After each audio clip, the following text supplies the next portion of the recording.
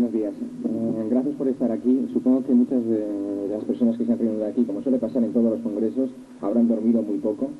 Entonces, bueno, pues no sé, espero que el café de la mañana les haya servido para estar un poco, o para estar ahora mismo un poco atentos al resto de las ponencias y, bueno, a esta también. La verdad es que cuando titulaba esta ponencia "Los ovnis se acercan", yo no me imaginaba que se iban a acercar tanto. En los últimos días, sobre todo desde aproximadamente media tarde del pasado lunes, día 9, en que la Agencia EFE Internacional informa de que un ovni había aterrizado entre los días 23 y 27 de septiembre en la localidad soviética de Voronezh, desde ese momento se inicia en nuestro país lo que podría llamarse un flap, una especie de mini oleada ovni.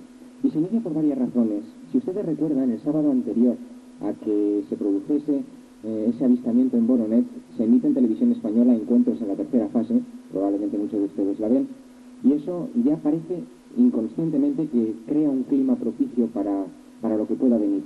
El domingo se descansa, se tiene que descansar el domingo, y el lunes se empieza con el ovni de la Unión Soviética.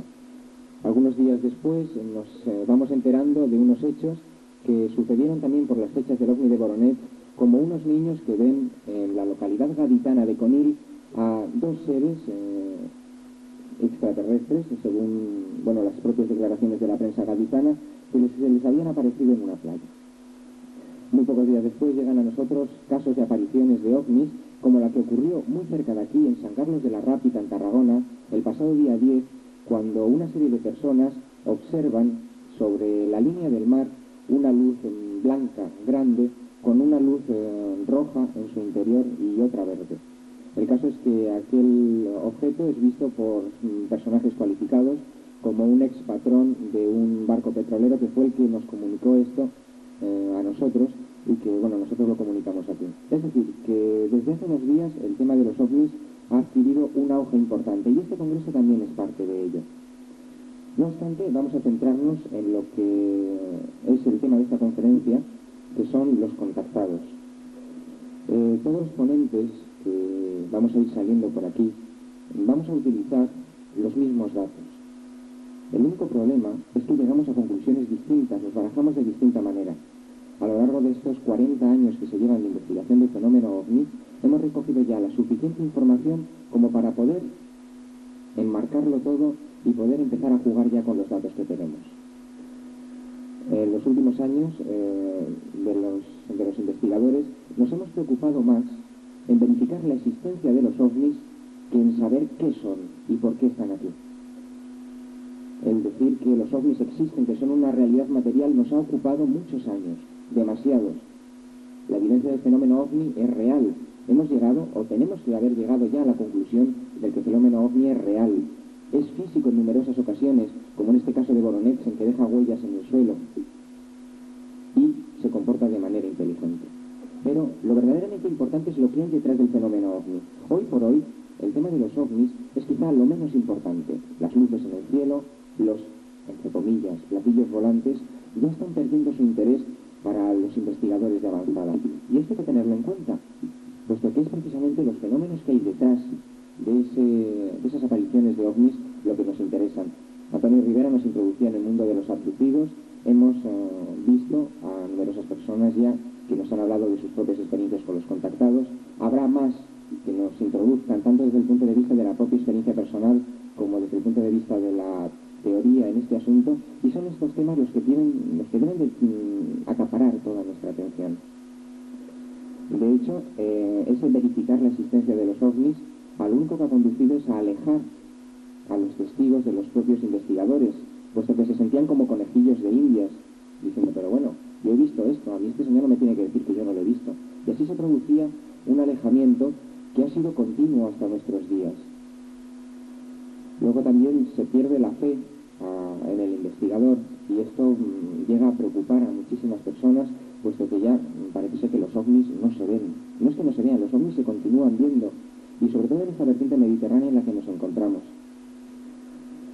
Surgirán muchísimos personajes con esa prueba definitiva de que los ovnis son reales, de que tienen contactos con extraterrestres, en un porcentaje lo suficientemente elevado, y esto algunas veces es preocupante. Se producen fraudes, se producen desengaños. No obstante, detrás, y precisamente por esa multiplicidad de casos, se produce un fenómeno real, y hay algo detrás que merece la pena ser investigado, seguir detrás de ello.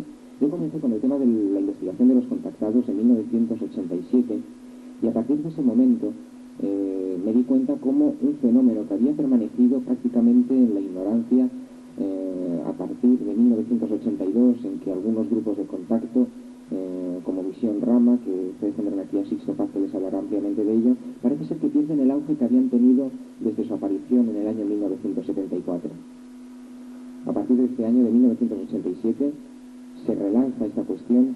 Muchas personas que habían perdido, por decirlo de alguna manera, o habían dejado a un lado sus experiencias, las retoman ese año, y a partir de entonces una verdadera ola de contactados, de personas que viven estas experiencias trascendentales, aparece en nuestro país. Y es curioso también que aparezca en nuestro país, puesto que, por ejemplo, en Estados Unidos se habían creado incluso sectas multitudinarias en torno al tema de los extraterrestres, que habían arrastrado a personajes que daban importantes cantidades de dinero para construir ciudades, espaciopuertos, etc. Y que habían permanecido allí ante el asombro de los ciudadanos norteamericanos. En España esto no sucede, y en España muchas personas siguen su camino individual, como tiene que ser. Las experiencias de este tipo, por lo que yo he hablado por ahí con muchísimas personas en todos los rincones de nuestro país, son de carácter personal e intransferible.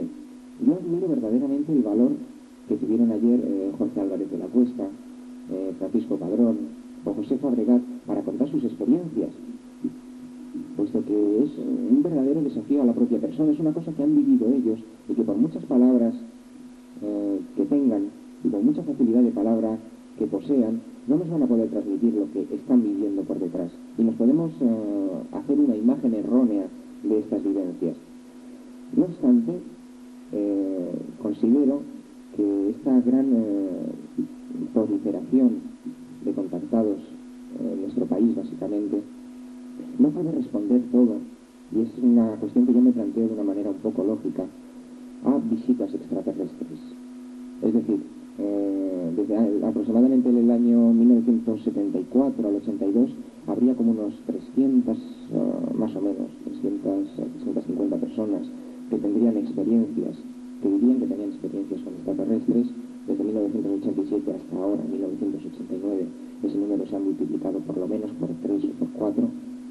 Y resulta un poco absurdo, visto desde el punto de vista de la lógica, aunque a veces esto no tenga nada que ver con ella, que nos visiten tantos extraterrestres y que existan tantos contactos. El contacto existe. Lo que hay que saber es realmente con qué se está contactando o con quién. En nuestra galaxia tenemos 100 billones con B de estrellas. Estos son datos que manejaba hace unos años el famoso astrónomo Carl Sagan. Y de esos 100 billones de estrellas, Carl Sagan hacía el cálculo aproximativo de que existirían unos 100 millones con M de planetas con posibilidades técnicas suficientes como para poder mandar una expedición a la Tierra. No obstante, para que se mantenga el ritmo de apariciones OVNI y de contactos que existen actualmente, y solamente en nuestro país, que es aproximadamente unos 3 OVNIs semanales, tendrían que mandar estas expediciones, estos extraterrestres, a un ritmo de 10.000 por año, y solamente para nuestro país. Esto realmente resulta chocante. Se convertiría, desde ese mismo momento en que se mandan esas 10.000 expediciones a nuestro planeta, nos convertiríamos en la Disneylandia del espacio. Algo tendríamos aquí que llamaría poderosamente la atención de estos seres extraterrestres. Y yo estoy convencido de que vivimos en un periodo histórico trascendental para nuestra humanidad. Es el periodo histórico quizá más apasionante, puesto que estamos a punto de convertirnos en ciudadanos cósmicos. En el 93 vamos a mandar la primera expedición conjunta soviético-americana al planeta Marte. Hemos llegado ya a la Luna. Nuestros desarrollos en comunicaciones hacen que una noticia que suceda aquí, ahora mismo, esté dentro de 5 minutos en las emisoras de radio y televisión de todo el mundo. Y esto es realmente apasionante a los ojos de cualquier civilización extraterrestre que pueda haber llegado hasta aquí. Pero una cierta lógica en base a lo que nosotros conocemos actualmente, que es muy poco, y tal vez eso nos condicione, nos dice que no pueden visitarnos o no pueden mandar 10.000 expediciones al año solo para visitar España. No obstante, ese ritmo acelerado de avistamientos, como comentaba al principio, se ha desatado de una manera feroz en nuestro país en los últimos años. Se ha presentado un hecho que es desconcertante a los ojos del investigador, que es la excesiva fenomenología única. Es decir, ocurren demasiados casos que no tienen parangón con otros. Hace unos años, y esto nos podría hablar Antonio Rivera, se podía hacer una estadística más o menos comparada de si aparecía un platillo volante, entre comillas, aquí, y volvía a aparecer en Estados Unidos, en el sur de Francia, en Italia, y se podía determinar que existía un tipo de ovni que aparecía. Hoy por hoy, ese tipo de ovni no existe. Si aparece un ovni aquí, en forma, no sé, de manzana, por ejemplo, ese tipo de ovni, es muy raro que se vuelva a ver inmediatamente en otros lugares. Es fenomenología única. Estos seres de que nos hablaban los niños de Voronet, altos, con cabeza pequeña y de 3 ojos, pues realmente no son muy usuales. Y sin embargo, empiezan a verse por ahí, pero son casos que apenas tienen parangón, y esto llega a sorprenderme y llega a preocuparme, porque hasta qué punto, en este sentido, cada caso de estos únicos representa también una visita extraterrestre. Esto, en este sentido, es excesivo. No obstante, yo no niego que existan contactos con otras realidades que se estén produciendo hoy, que se vayan a producir mañana y que se produjeron ayer. En los relatos OVNI entremezclan excesivas experiencias psíquicas. Y es que estamos entrando en una fase del tema muy interesante, que es aquella en la que es el cerebro humano, nuestro cerebro, el que interviene de una manera más tajante. Antes se consideraban muy bien los casos, por ejemplo, de ovnis que se detectaban por radar, que veían testigos y se fotografiaban. Hoy se ha pasado a considerar de una manera muy importante los casos de contactos o los casos de abducción, en los que es el testigo el que nos relata una experiencia subjetiva propia y que está pasada por el tamiz de su propia razón, de su propio cerebro. Y este cerebro, en algunas ocasiones, puede ejercer una influencia, y perdone la palabra, contaminante. Y no por esto es despectiva esta palabra, me explico. El cerebro tiene unos mecanismos de defensa que tienden a protegerse de algo que pueda resultar chocante para nuestros esquemas. Es decir, si yo me encuentro con un ser extraterrestre, lógicamente yo me asustaría. Y en el tema de las abducciones, una parte quizás se podría explicar, la parte de la amnesia, por esto. Se trata de una experiencia traumática y el cerebro humano, ante todas estas experiencias traumáticas, tiende a olvidarlo.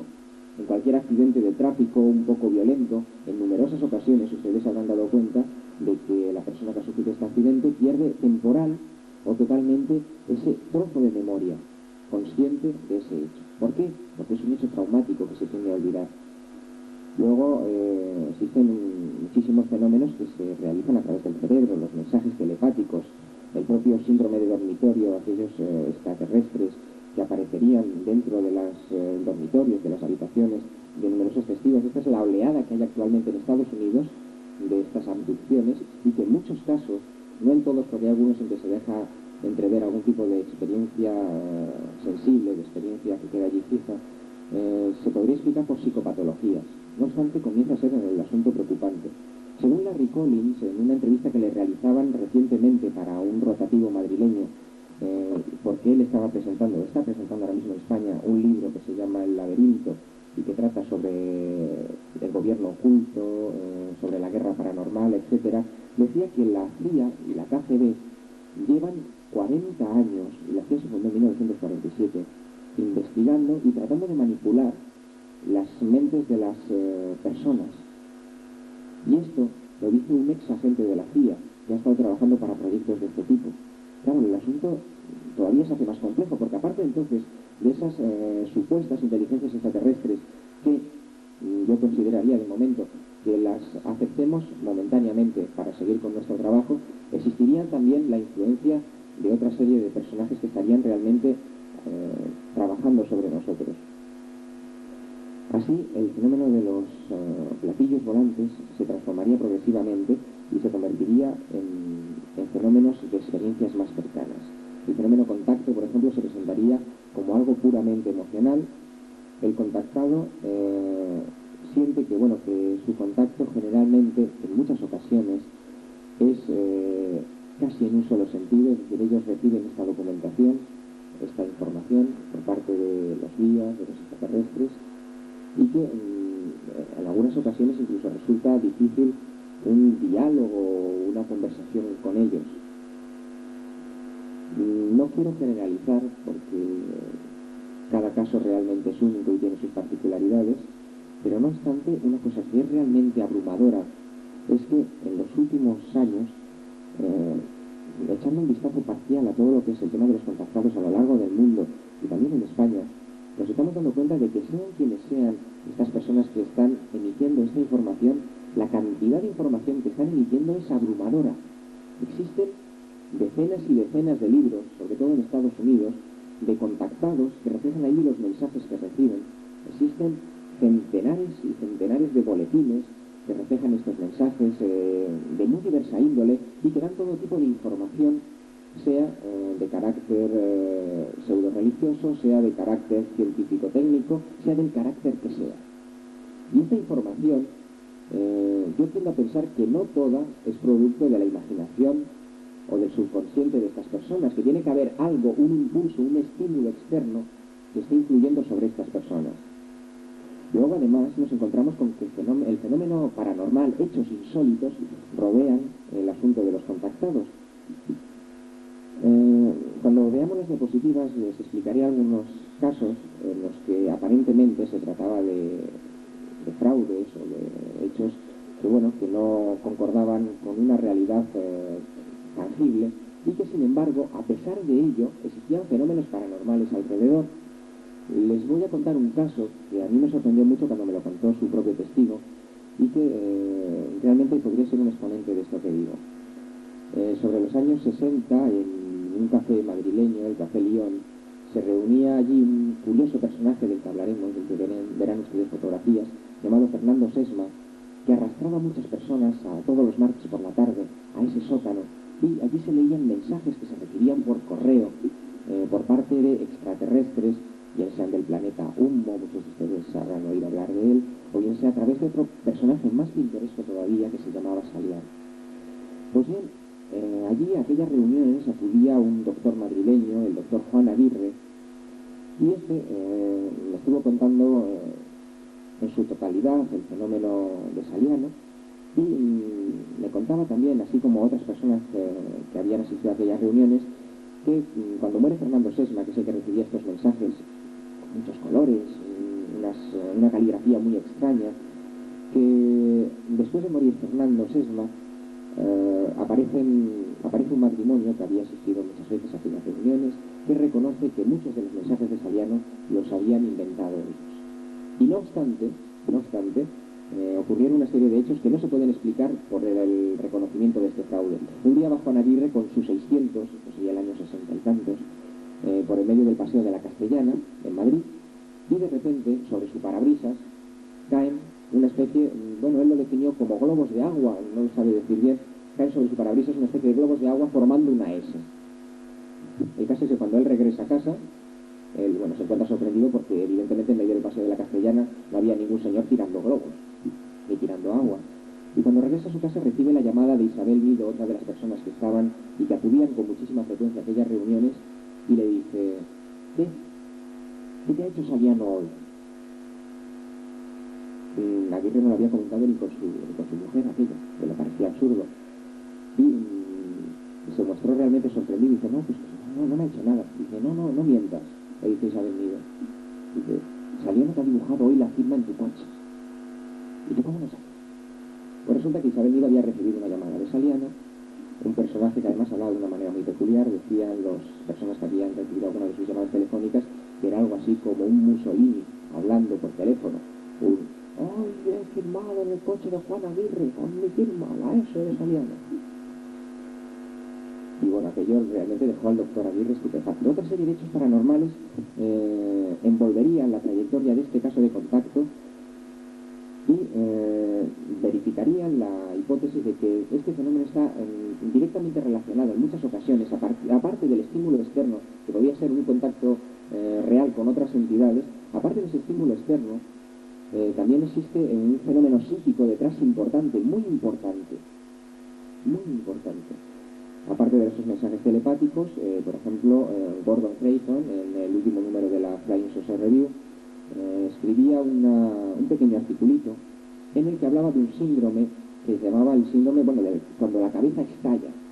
Y hablaba de que muchas personas que habían tenido experiencias con ovnis sentían repentinamente como un día cualquiera, yendo por la calle, estando en su casa, la cabeza le explotaba por dentro. Era una sensación que no sabrían describir correctamente ninguno de estos testigos, que dirían que los propios médicos a los que se les había informado, en muy pocas ocasiones que se les detectaba un fenómeno poco usual, se mostraban perplejos ante este hecho y que sin embargo se muestra como una cosa que se está repitiendo con mucha continuidad. Cuando yo comenté esto, por ejemplo, en Vinaroz en agosto, en otra conferencia que di, y comenté este asunto del síndrome de las cabezas que explotan, por decir de alguna manera, pues resulta que al final de la conferencia se me acercaron 3 personas que me comentaron que les había pasado y que habían tenido experiencias con ovnis y que, bueno, jamás habían oído hablar de este síndrome, pero que sin embargo lo habían vivido. El caso es que los contactados ocurre algo así, tal vez, es solamente una hipótesis para algunos casos, no para todos, ocurría algo así como sucedía en la antigüedad, por ejemplo, con los casos de los monstruos marinos, y me explico.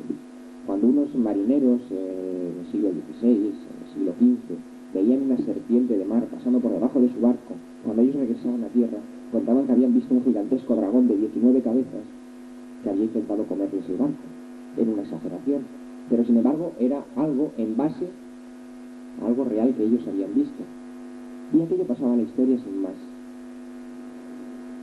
Luego tenemos otro asunto, antes de pasar a las diapositivas, vamos a pasar ya porque si no nos dará tiempo de pasarlas todas, que es el de los enclaves de contacto, los enclaves OVNI. En el Mediterráneo hemos constatado que existe un tipo de contactados muy especial, que nosotros podríamos denominar los contactados visuales. Hoy tendrán ustedes la excepcional ocasión de escuchar a Luis José Grifol, que es una de estas personas que hemos venido a denominar contactados visuales, porque se reúnen con una periodicidad de tiempo o establecida o por establecer en X lugares de nuestra geografía, miran al cielo con otras personas y los ovnis aparecen o ellos mismos hacen aparecer fenómenos no identificados. Y esto se produce con excesiva o con excepcional presencia en la costa del Mediterráneo. Yo conozco que existen al menos 5 personas en el Mediterráneo, desde Barcelona, desde Montserrat con Luis José Grifol hasta Alicante, que han tenido este tipo de experiencias, que se reúnen con otras personas y que hacen aparecer los ovnis, o los ovnis aparecen ante este número de personas. Y este es verdaderamente el problema, porque para muchos ufólogos los contactados carecen de importancia porque explican en su totalidad el fenómeno como algo psíquico, como algo interior. Sin embargo, cuando se nos presentan estas personas y nos muestran que existe un fenómeno ovni al margen de sus propias experiencias personales, al margen de sus propios mensajes que pueden recibir o no recibir, pues si existe este fenómeno ovni, ya quiere decir que hay algo externo al menos a esta persona que está funcionando ahí. Y esto es verdaderamente lo importante. Y este tipo de personas existen a lo largo del Mediterráneo. Yo no he podido constatar en ningún otro punto de la geografía, al menos europea, que existan tantas personas de este tipo juntas en un enclave geográfico. Y realmente eso resulta desconcertante. Luego hay una fecha clave que quisiera que memorizasen en torno a lo que es el desarrollo de los contactados en la actualidad. Y esa fecha clave sería el 2 de febrero de 1988. El 2 de febrero de 1988 sucede algo realmente extraño. Una especie de meteorito, dirían los periódicos, o de bólido, entra por Portugal y acaba por sumergirse frente a las aguas de la costa valenciana. El caso es que aquello despierta un inusitado movimiento de prensa, todos los periódicos publican la noticia, se discuten de si aquello fue un ovni, fue un bólido. De hecho, en otras localidades que no tenían que haber visto aquello, como por ejemplo zonas gallegas, donde no tenían que haberlo visto, por las montañas que hay allí, que teóricamente tenían que haber impedido la vista de este bólido, o en zonas del País Vasco, se tienen experiencias realmente extrañas. Sobre el aeropuerto de Foronda, de Vitoria, tanto pilotos como personas que estaban allí intentando coger un puente aéreo, pudieron ver con asombro cómo este bólido, entre comillas, se paró en el cielo, estuvo estático unos segundos para luego volver a continuar. Sobre el embalse Gabriel y Galán de Cáceres, este bólido, entre comillas, se sumerge en el agua agua. Luego existen disfunciones en el horario. En Valencia se ve desaparecer aquello sobre las 7 de la tarde, mientras que en Logroño se ve sobre las 8 de la tarde. Y hay una serie de cuestiones que no coinciden plenamente con la historia del bólido, es decir, que existe algo de disfunción. Aquello pone en movimiento a algunos grupos de contactados y desde ese mismo momento se crea una especie de fiebre de experiencias que está llegando hasta nuestros días. Y es un fenómeno realmente interesante e inquietante. Vamos a pasar de cualquier manera a las diapositivas y les voy a ampliar todo este tipo de ilustrativa. Las ansias de contacto con lo superior, con la divinidad, han existido desde siempre, desde el inicio de la humanidad. Y estas ansias de contacto quizás se verían, en cierta manera, compensadas cuando en los últimos años los investigadores hemos constatado que el fenómeno OVNI, de pasar de ser un fenómeno realmente que huía de las ciudades, pasa a acercarse a ellas. Y se llegan a tomar incluso fotografías de ovnis en el centro de ciudades, de importantes núcleos de población. Esta en concreto sería en Río de Janeiro. Se tomaría esta fotografía, según informaría poco después la prensa sudamericana. Y este tipo de acercamientos, que señalaba también otro investigador español, Josep Guijarro, realmente resultaría desconcertante. Rompería la barrera que hasta ese mismo momento se había establecido. Pronto los gobiernos de todo el mundo, lógicamente, tendrían que tomar cartas en el asunto, esto desde un principio, desde el mismo momento en que estos objetos voladores no identificados violaban impunemente el espacio aéreo de todas las naciones del mundo, creaban un problema para la defensa nacional y se crean comisiones que investigan seriamente este asunto. El padre López Guerrero, de Mairena del Alcor, en Sevilla, escribió un voluminoso tratado sobre el asunto humo, metiendo muchas ideas suyas personales. Explicaba que en los primeros años del fenómeno, en los años 40, 50, las administraciones de todos los países se habían esforzado de una manera muy fuerte en ocultar todo lo que fuese referente a los ovnis.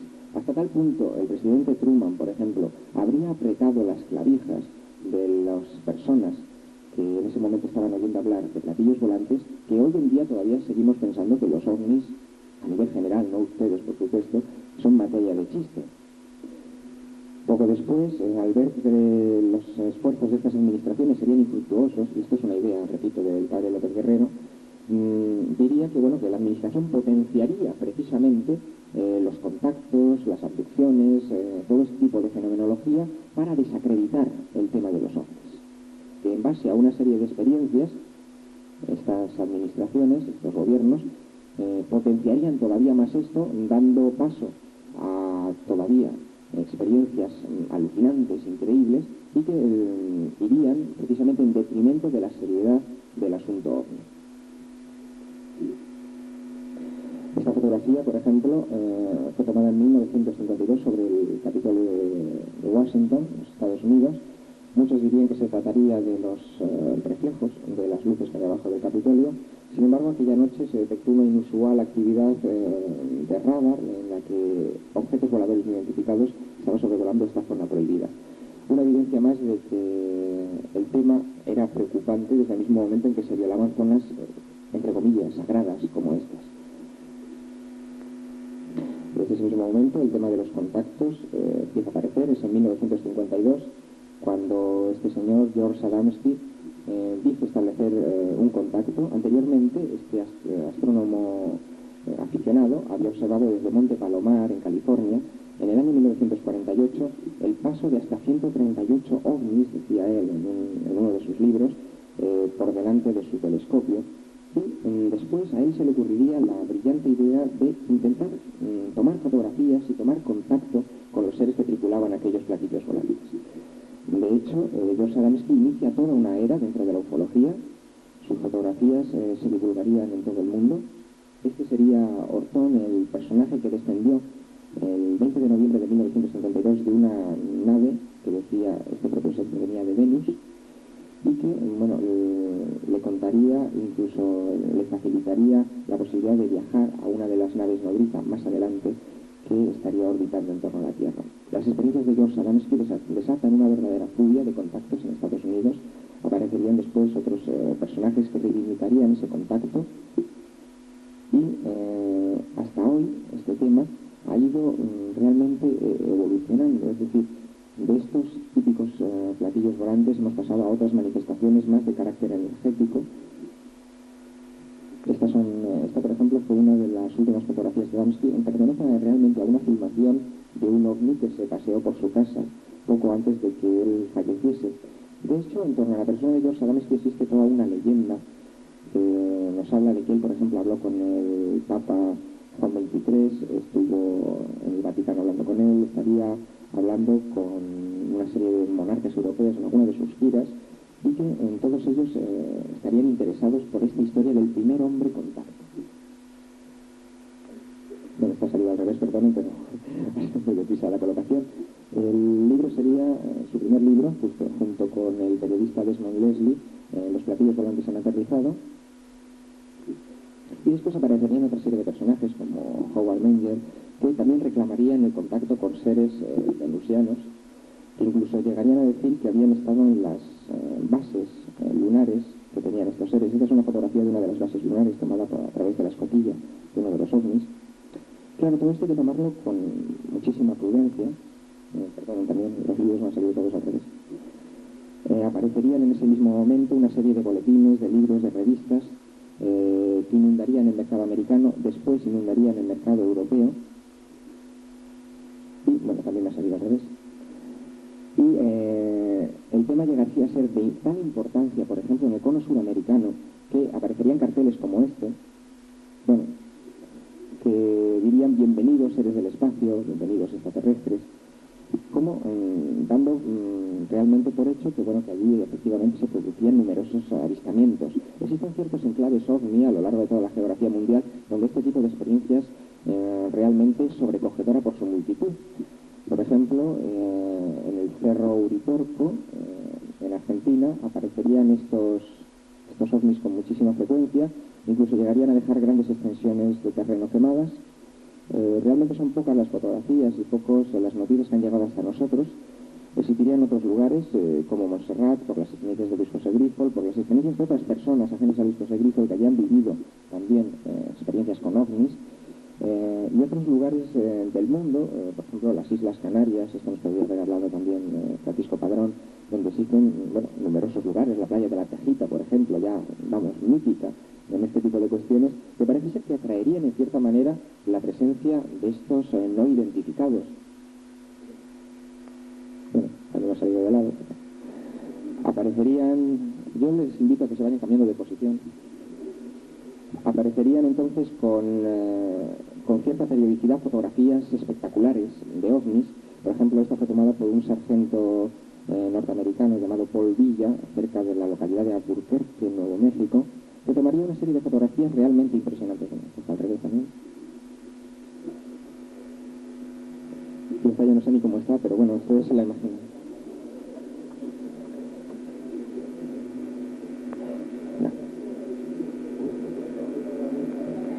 Después aparecería un contactado que realmente rompería los esquemas de muchas personas. Un ingeniero que había estado trabajando para la base de White Sands, sobre todo en la parte de los viajes Apolo, de las cápsulas espaciales, tendría un contacto con seres extraterrestres. Se trataba de Daniel Fry, quien saliendo un día precisamente de trabajar de su base de White Sands, se encontraría con un ovni que él llegaría incluso a filmar. Entraría en contacto con un extraterrestre que dijo llamarse Alan, que le informó de que ellos habían estado antes en la Tierra, que ellos habían estado con nosotros en el paraíso, que de cierta manera nos habían creado, en fin, surge allí toda una nueva filosofía de considerar la historia y que también nos aportaría fotografías y documentos tremendos, hasta el punto de que Daniel Fry se le llamó la atención en su puesto de trabajo, diciendo que no podía ser que él fuese contando estas historias, y acabó por renunciar de su puesto de trabajo, se fue, y sus libros, bueno, pues sobre todo en lengua inglesa, en español solamente conozco que se haya traducido en una edición mexicana, Incidente en White Sands, con este mismo título, contando todas sus experiencias. También está al revés. En Suiza aparecería en 1975 en la localidad de Hinwil un personaje verdaderamente curioso.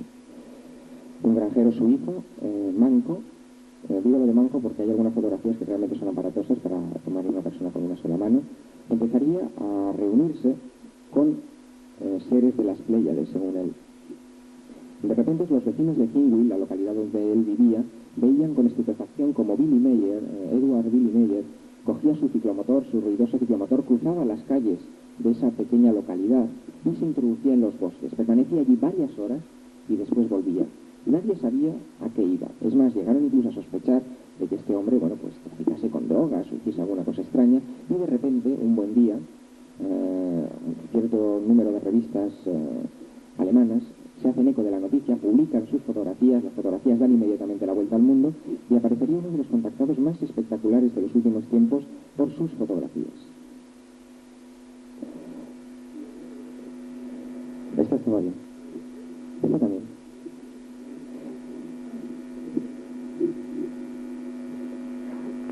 Las fotografías hablan por sí solas. De hecho, se han hecho, valga la redundancia, numerosos análisis de estas fotografías. Así, por ejemplo, Marcel Vogel de IBM o otra serie de personajes no encontrarían ninguna prueba de que esto estuviese trucado.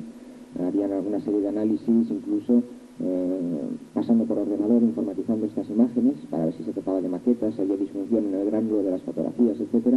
Y no se encontraría ninguna contradicción aparente. No obstante, otros análisis posteriores, sobre todo a raíz de las investigaciones de William Moore, el famoso ufólogo americano, y Carl Korff, dirían que estas fotografías serían falsificaciones. Es lo mismo que ocurre siempre con todos los casos de contacto. Por muchas pruebas que se presenten, siempre hay alguien que las rebate. Ahora pregúntense ustedes qué necesitarían para admitir que un caso de contacto es cierto. ¿Qué prueba necesitan? Aquí. Sí, vale. Gracias porque has hecho una exposición magnífica, aunque, como siempre, tú ya lo habías dicho al principio, con los mismos elementos que los antiguos ufólogos, los nuevos ufólogos tenéis que tratar con las mismas fotografías. Me ha gustado mucho, de todas formas, ver que en la nueva era de ufólogos pues se tiene también una visión un poco diferenciada de la antigua.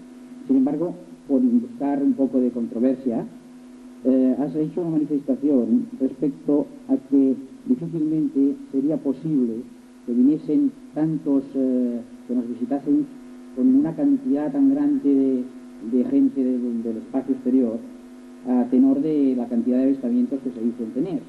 Y decías que eso tendría que responder, si fuese cierto, a una expectativa que suscita el planeta Tierra a esta gente. Y decías que, bueno, aunque fuese nuestra tecnología un elemento de mucho interés, sería sorprendente que viniesen tanto. Sin embargo, mi pregunta es más bien en el sentido de decir, yo creo que sí, que la vida que existe en nuestro planeta es algo excepcional, a pesar de que haya mucha vida en todo el espacio, ¿no? Y que lo que les podría interesar a esta gente para venir en tan gran cantidad a vernos y contactar con nosotros, más que en nuestros avances tecnológicos, serían la capacidad que el ser humano tiene, que parece ser que es única, ya no mental, que mental también la tendrían los seres que nos visitan, sino la emotiva y espiritual. Yo creo que ahí es el motivo por el cual nuestro planeta, el ser humano, suscita tanto interés. Por favor, ¿podría acercarse más al micrófono? Sí. Entonces, esta es mi exposición. Mi pregunta es, ¿no te parece que realmente sí puede tener un gran interés el planeta Tierra para que nos vengan a visitar en esa cantidad? Bueno, yo mi exposición la he dividido en dos partes. La verdad es que lo has captado muy bien en este sentido. Y yo creo que, bueno, nuestro planeta es muy interesante hoy por hoy para que nos visite cualquier civilización extraterrestre, cualquiera. Desde nuestro punto de vista evolutivo, en el momento histórico en que nos encontramos, es interesantísimo. Pero lo que yo me resisto un poco a creer, en base a la lógica, que es el elemento que, bueno, ahora mismo utilizamos, probablemente mañana se quede obsoleta, probablemente mañana no sirva para nada. En base a esta lógica, yo tendo a creer que no nos pueden visitar en tan grandes cantidades para que se produzcan todos estos casos únicos, que cada uno venga de una estrella distinta, etc. Ahora bien, si se producen esta gran cantidad de avistamientos de ovnis, no hay que considerar entonces que vienen de fuera, sino que están aquí, para que se muevan con esta facilidad. Pero este sería otro tema que nos llevaría al terreno de la ufología especulativa, digamos. De cualquier manera, yo considero que, bueno, la vida en el universo es una cosa natural, que nosotros no somos una excepción, que la vida inteligente tiene que existir por ahí, porque bueno, si nosotros estuviésemos solos en el universo sería una desgracia realmente, pero yo no puedo de momento admitir que todas esas visitas, todos estos ovnis sean naves extraterrestres, porque me lo impide mi lógica, no puedo admitir que vengan tantas naves extraterrestres, tantas gentes de fuera.